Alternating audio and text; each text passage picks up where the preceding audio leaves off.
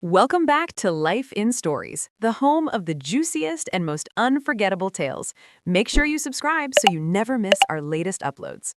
My name is Alexa Carter. I'm 25 years old, and I work as a software developer at a small tech company just outside the city. I was sitting in a crowded medical clinic, flipping through a magazine I wasn't really reading, when my phone rang. The name on the screen made my chest tighten. Clara, my daughter, my only child. I answered immediately. "Mom," she said, her voice distant, almost rehearsed, "I'm calling to let you know that Julian and I are flying to Europe tomorrow. I sold the coastal house and Dad's old pickup. We needed the money." I blinked, certain I had misheard. "You sold them?" I asked. "Yes, everything's already done," she replied quickly. "You'll be fine. We left some money in your account. I have to go." The call ended. No explanation, no apology, no goodbye. For a moment, the room felt unreal. People sat around me, scrolling on their phones, coughing, laughing softly, completely unaware that my entire world had just collapsed in a sentence. 45 years. That's how long I had been a mother. I raised her alone most nights while her father worked double shifts. I skipped meals so she could have better clothes. I put my dreams on hold so she could chase hers. And now, I had been erased. 6 months earlier, my husband, Thomas, had died suddenly at our kitchen table. Heart attack. No warning. That morning, he kissed my forehead like he always did and whispered, "Take care of yourself, Ellie." Those were his last words. After his death, Clara suddenly became attentive. She insisted on managing paperwork, asked me to sign documents, told me it was easier this way. I trusted her. I was grieving. I was tired. The nurse finally called my name. The doctor examined me and smiled gently. "For your age, you're doing fine," he said. "Just try to rest more." Rest. I left the clinic and walked to the bus stop. I no longer had a car. Apparently, it wasn't mine anymore. As I sat on the bench, a memory surfaced with stunning clarity. 3 days before Thomas died, he handed me a thick envelope. "Put this away," he told me. "Don't open it yet, only when the time feels right." I never opened it. The bus arrived, I took a seat by the window and watched the city blur past. Clara believed she had taken everything from me. She had no idea how wrong she was.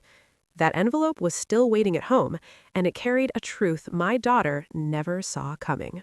The house felt unbearably quiet when I stepped inside. I didn't even take off my coat. I went straight to the bedroom and opened the bottom drawer of my dresser. The envelope was still there, untouched, exactly where Thomas had told me to keep it. My name, Eleanor Hayes, was written across the front. I sat on the bed and opened it. Inside were documents, many of them, property deeds, bank statements, legal certificates, and a handwritten letter. My breath caught as I read his familiar handwriting. "My Ellie, if you're reading this, I'm no longer beside you. I'm sorry I kept this from you, but I wanted you to live peacefully. Over the years, I invested carefully. The beach house was never our only asset." I felt dizzy. There were multiple properties listed, rental homes, a small motel, an apartment complex. One address made my heart pound. It was the building where Clara and her husband lived. Every document listed the same beneficiary. Me! There were bank accounts I had never known existed, balances that looked unreal. My husband, who worked as a city driver his entire life, had quietly built a fortune. In the letter, he explained why he hid it. If Clara ever knew how much we truly had, she would stop seeing us as parents and start seeing us as leverage. The irony burned. That night, I wandered through the house, touching furniture Clara once mocked as outdated. I stared at family photos, Clara at 6, smiling in Thomas's arms. Where did that girl go? The next morning, my phone rang again. Clara. Her tone was gentler now. "We transferred your portion of the sale," she said. 30%. It should help you manage for a while." Manage? They sold everything quickly, cheaply. I thanked her, wished her a safe trip. After the call ended, I laughed softly. She thought I was powerless. She thought she had won. That afternoon, I spread the documents across the kitchen table. I could reclaim everything immediately, but something told me that money wasn't the lesson Clara needed. Instead of exposing the truth, I chose to disappear and let my daughter face the consequences alone.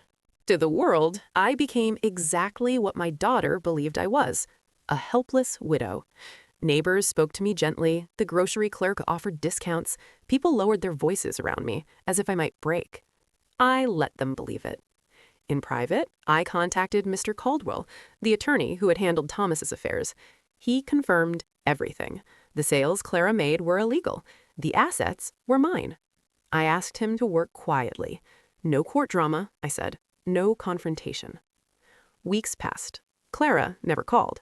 Then one afternoon, my neighbor Maggie Wells rushed over, eyes wide with gossip. "Ellie," she whispered, "your daughter's husband is in serious trouble. Banks are after him. Big loans. Fraud." 2 days later, Clara returned, alone. An eviction notice had been delivered to her apartment. I didn't send it myself. I simply allowed it to exist. The next morning, my phone rang at dawn. "Mom," Clara sobbed, "I don't understand. I got an eviction notice. Julian left me. I have nothing. Please, can I come home?" I closed my eyes. "Yes," I said calmly. "Come home." She arrived an hour later, pale, thin, broken. She hugged me like someone clinging to the last piece of solid ground. And I hugged her back, not as a victim, but as a woman who had waited patiently for truth to reveal itself. She believed she had found safety again, but living under my roof was only the beginning of her reckoning. Clara stayed that first night in her old bedroom. I heard her crying long after the lights were off. Quiet sobs, the kind you make when you think no one is listening. Each sound pulled at something deep inside me, but I stayed where I was, seated at the kitchen table, hands wrapped around a cold cup of tea. This was not cruelty. This was consequence. The next morning, she emerged, looking smaller somehow, as if life had stripped something invisible from her shoulders. "Mom," she said softly, avoiding my eyes, "thank you for letting me stay." "This is your home," I replied evenly. "For now." She nodded, ashamed. Over breakfast, the truth spilled out in fragments. Europe had never been about opportunity. Julian had lied. There were no investors, no business meetings, just debt. Massive debt. Loans taken in secret, papers she never read, signatures she didn't recognize but somehow carried her name. "She left," she whispered, "ran off when the money ran out." I listened.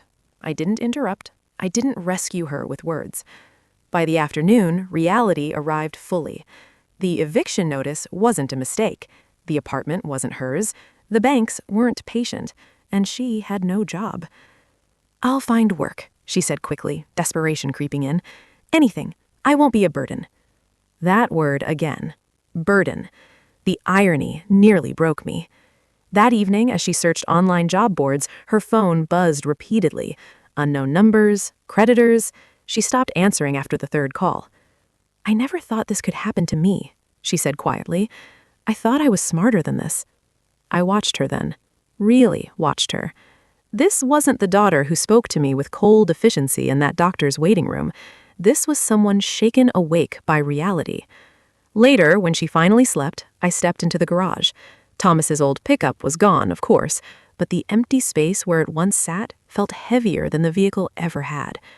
I whispered into the quiet, "I'm doing this the only way I can." I knew what was coming next. Rock bottom doesn't arrive all at once. It comes in layers. The next layer came the moment Clara realized that apology alone wouldn't save her. Clara found work faster than I expected. Not the kind she once imagined for herself, but the kind that hires quickly and asks few questions. Night shifts. Cleaning offices downtown. She didn't tell me at first. I found out when I noticed her shoes by the door. Worn, practical, not hers. "I start tonight," she said when I asked. "Cleaning offices." I nodded. "Be careful coming home late." That was all. She left after sunset, shoulders tense, wearing borrowed clothes and determination she hadn't needed in years. The house felt different with her gone, not quieter, heavier. Over the next week, she changed, slowly, painfully. She learned how far a dollar stretches. She learned to cook instead of ordering out. She learned exhaustion that sleep doesn't immediately cure. One evening, she came home near dawn and collapsed into a chair at the kitchen table. I scrubbed floors for 8 hours, she said, voice flat. My hands are raw. She looked at me then, really looked. And you did this for years, she added softly. Worked, sacrificed, quietly. I didn't answer. Some lessons need silence. Meanwhile, Mr. Caldwell called regularly with updates. I told him to move forward carefully, investigate Julian's debts, trace the fraud, prepare everything. Clara didn't know any of it. She didn't know she was weeks away from freedom. That was the point. One afternoon, she spread bills across the table, hands shaking. I sold most of the jewelry Dad left, she admitted. I kept only Grandma's necklace. She waited for my reaction. I gave none. You did what you thought you had to do, I said. But inside, I ached. That jewelry had been history, memory, love passed through generations, and she had reduced it to survival currency. That night, she cried again, not loudly, not dramatically, just quietly, like someone finally understanding the weight of their choices. I sat in my room and stared at Thomas's photograph.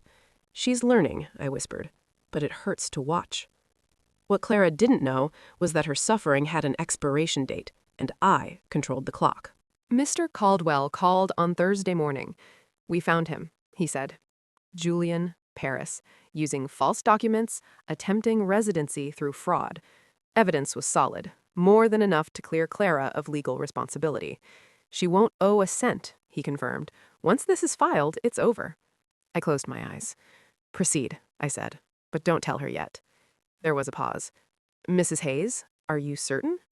Yes. That afternoon, Clara came home early. Her uniform smelled of chemicals. Her face was pale. I almost quit today, she admitted, but then I remembered why I'm doing this. Why is that? I asked. So I never become the person who thought she was too important to work. That was when I knew the lesson had taken root. Still, I said nothing.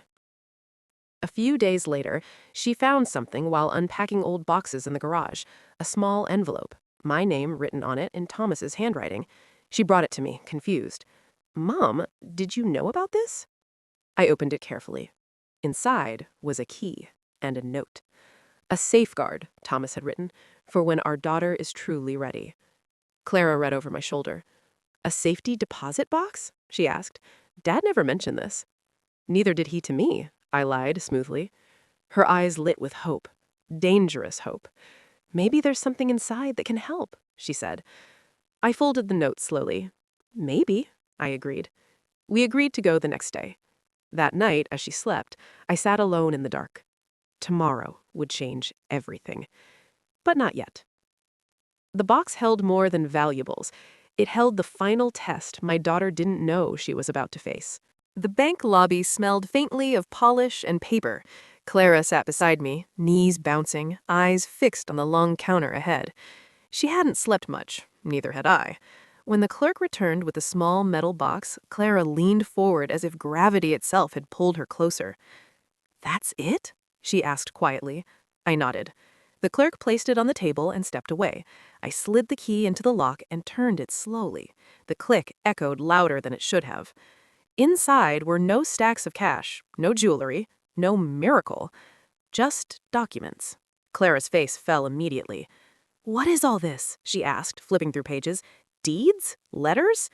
I picked up the top envelope and handed it to her. Read. Her eyes scanned the first page, then the second. Her breathing changed.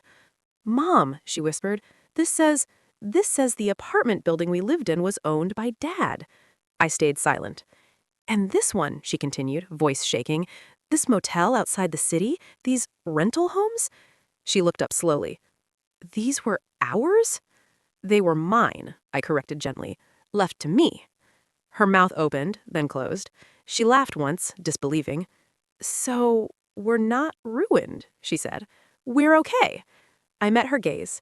You are not ruined, but you are not rescued either. Confusion creased her brow. I slid one final letter toward her, Thomas's handwriting again. If Clara is reading this, it began, then she has already lost something important, pride, comfort, or certainty. That loss is necessary. Clara's hands trembled as she read on. This inheritance is not automatic. It is conditional. Eleanor will decide when and if you are ready. Silence swallowed the room. "You knew," said Clara softly. "All this time, you knew." "Yes. You let me clean floors. You let me think I had nothing. I let you live without a safety net, the same way I did." Tears spilled freely now. Not angry, not bitter. Understanding. "I treated you like you were disposable," she whispered, "like you didn't matter." I reached across the table and placed my hand over hers. "And now," she squeezed my fingers, "now I know exactly what that feels like." But knowing the truth was only half the test. The real decision still waited outside the bank doors. On the walk home, Clara didn't speak. The city moved around us as usual, cars honking, people rushing past. But for her, time seemed slower, heavier. At the front door, she stopped. "Are you going to give it to me?" she asked suddenly. "The properties? The money?" I didn't answer immediately. Instead, I unlocked the door and stepped inside. She followed. "I won't decide that today," I said calmly. Her shoulders slumped. "I deserved that," she admitted. "I know I do." That night, she stayed up late, pacing the living room. Papers spread across the table. She ran numbers, calculated futures. The next morning, she surprised me. "I called the office manager," she said. "I asked if they'd keep me on full time." I raised an eyebrow. "They offered a supervisor role," she added. "It pays more, still night shifts." "You don't have to," I said. "I want to," she replied. "Not because I'm being punished, because I need to know I can stand on my own." That was the moment I had waited for. Weeks passed, then months. Clara worked relentlessly, saved, budgeted, learned. She stopped chasing shortcuts and started building slowly, painfully. One evening, she came home smiling in a way I hadn't seen in years. "I paid off my last personal debt today," she said proudly. I hugged her then, truly hugged her. Later that night, I called Mr. Caldwell. "I think she's ready," I said. The transfer process began quietly. Assets moved legally, methodically. No headlines, no drama. When everything was finalized, I handed Clara a folder. She opened it carefully. "This is mine?" she asked. "Yes," I said. "But remember, ownership doesn't mean entitlement." She nodded. "I know." She paused. "Mom, thank you for not saving me too soon." I smiled sadly. Saving someone too early doesn't help them swim. Clara thought the story was finally over, but one last truth still waited to be revealed. I found the letter by accident. It was tucked behind the frame of Thomas's photo, folded, yellowed at the edges. It wasn't addressed to me. It was addressed to Clara. I sat at the kitchen table for a long time, debating. Then I called her in. "Sit," I said. She obeyed instantly, concern flickering across her face. I slid the letter toward her. "Your father wrote this for you. He asked me to give it only if the time was right." She unfolded it carefully. "My daughter, if you are reading this, then life has already humbled you. Good. Humility is where strength begins." Tears streamed freely as she read. "I loved you enough to let you fail. I loved your mother enough to trust her judgment. Everything you receive from this day forward must be earned, even if it's already yours." She covered her mouth, sobbing. "I was so angry at him for leaving," she cried. "I never knew." I moved beside her. "He never stopped believing in you." She looked up at me, eyes red but clear. "I won't waste this," she promised. "Not the money, not the lesson." That night, we sat together in silence, grief and healing sharing the same space. Outside, the world went on. Inside, something finally settled. Years later, when Clara made the same hard choice with her own child, I knew the lesson had survived us both. Time did what nothing else could. It softened the sharpest edges. 5 years passed quietly. No dramatic announcements, no sudden windfalls. Just steady progress built on habits Clara never had before. She didn't rush into luxury. That surprised everyone, including me.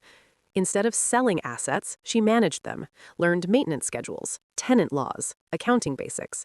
She made mistakes, admitted them, corrected them. Slowly, her confidence became real rather than assumed.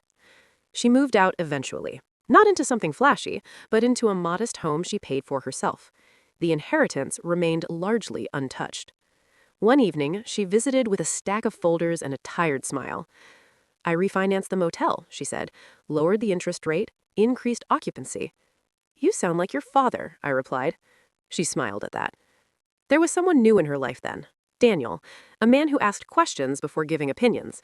He knew nothing about the properties at first. Clara insisted on that. I want him to know me, she told me, not what I own. When she married him, there was no extravagance, just close friends, quiet vows, and peace. Real peace. The day she told me she was pregnant, she cried harder than she had during the divorce.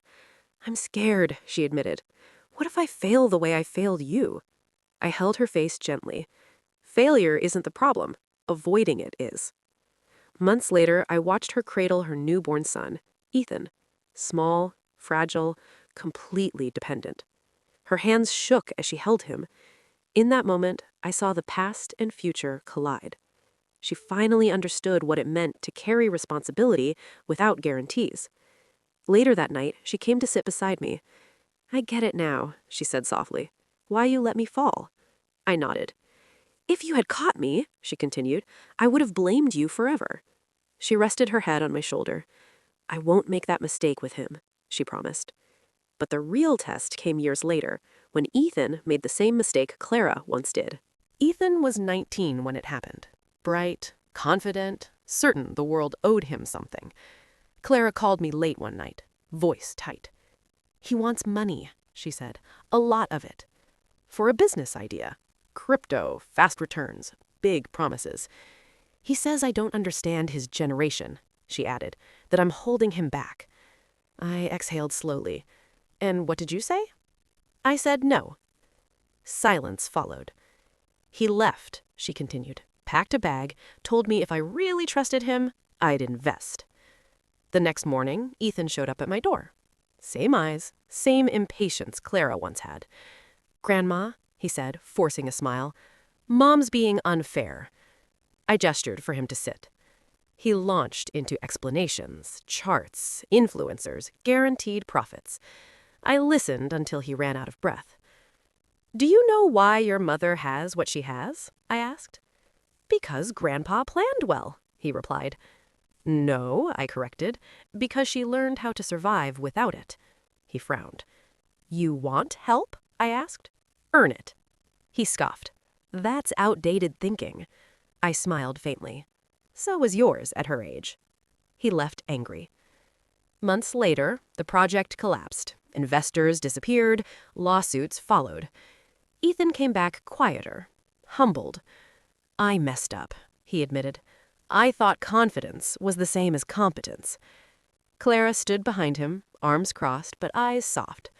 I'm proud of you, she said. Not for failing, for coming back. That night she called me again. I didn't save him, she said, and it nearly broke me. You didn't save him, I replied. You taught him. Years later, Ethan would understand exactly why that refusal mattered. I am older now, but when I look at my family, I feel something rare. Peace without regret. Clara runs her life with intention, not perfection, intention. She teaches Ethan about money the same way Thomas taught me, quietly, patiently, without entitlement. One afternoon, Ethan came to visit alone. I started over, he said. Small business, real customers, slow growth. I nodded. That's how foundations last. He hesitated. Thank you for not helping me. I smiled. You're welcome. That evening, Clara joined us for dinner. Laughter filled the room, the kind that doesn't need proving. After they left, I sat alone and opened Thomas's old notebook, the one he never finished. On the last page, he had written one line. Wealth is not what you leave behind. It's what you leave inside.